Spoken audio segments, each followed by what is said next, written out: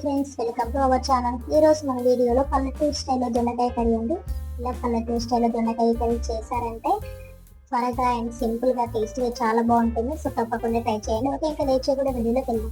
ముందుగా స్టవ్ మీద కడాయి పెట్టుకొని ఒక 2 టేబుల్ స్పూన్ల వరకు ఆయిల్ వేసుకొని ఆయిల్ కొద్దిగా వేడయ్యాక పోపు గింజలు యాడ్ చేసుకోవాలి. జీలకర్ర, ఆవాలు, శనగపప్పు యాడ్ చేసుకొని పోపు గింజలు కొద్దిగా ఫ్రై అయిన తర్వాత సన్నగా తరిగి పెట్టుకున్న ఉల్లిపాయలు యాడ్ చేసి ఉల్లిపాయలు కొద్దిగా గోల్డెన్ కలర్ వచ్చేంత ఫ్రై చేసుకున్న తర్వాత 1 టేబుల్ స్పూన్ వరకు అల్లం యాడ్ చేసి అల్లం పచ్చివాసన పోయేంత వరకు ఫ్రై చేసుకోవాలి.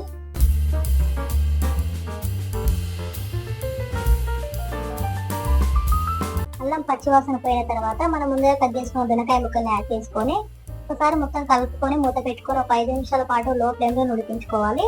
నేను టైం లేక హై ఫ్లేమ్లో ఉడికించుకున్నాను, మొత్తం అడగంటిపోయింది.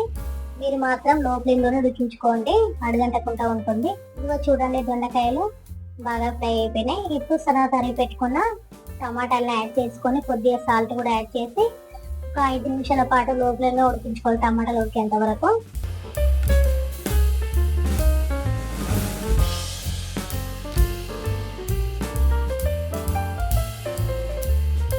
ఇదిగో టమాటాలు కూడా బాగా ఫ్రై అయిపోయినాయి కదా. ఇప్పుడు మీ కారానికి దగ్గరగా కారాన్ని కూడా యాడ్ చేసుకోండి. నేనైతే ఒక 2 టేబుల్ స్పూన్ల వరకు కారాన్ని యాడ్ చేశాను. కారాన్ని యాడ్ చేసిన తర్వాత ఒక 1 టేబుల్ స్పూన్ వరకు పసుపు, ఒక 2 రెమ్మలు కరివేపాకును ఇలా మధ్యలో కట్ చేసుకొని వేసుకోవాలి. కరివేపాకు ఇలా చించుకొని వేసుకోవాలి ఆకుల్ని.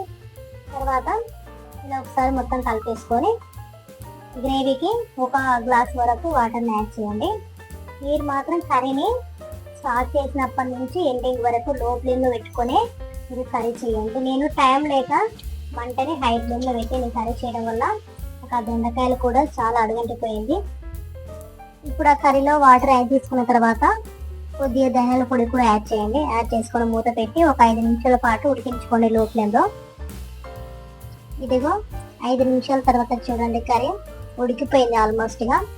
ఇప్పుడు సన్నగా తరిగి పెట్టుకున్న కొత్తిమీరని యాడ్ చేసుకొని ఒకసారి మొత్తం కలిపెట్టుకొని కర్రీని ఇంకా టేస్ట్ చేయడమే చాలా బాగుంటుంది. సో తప్పకుండా ట్రై చేయండి. సింపుల్గా ఉంటుందండి కర్రీ, మాత్రం సింపుల్గా ఉంది కానీ టేస్ట్ మాత్రం సూపర్ ఉంటుంది. సో ఇది అండి పల్లెటూరు స్టైల్లో దొండకాయ కర్రీ. కర్రీ ఇలా చేయడం వల్ల టైం కూడా సేవ్ అవుతుంది. సో తప్పకుండా ట్రై చేయండి. ఓకే, ఇంకా ఈ వీడియో మీకు నచ్చినట్టయితే లైక్ చేయండి, షేర్ చేయండి, సబ్స్క్రైబ్ కూడా చేసుకోండి. Thank you for watching. Bye bye.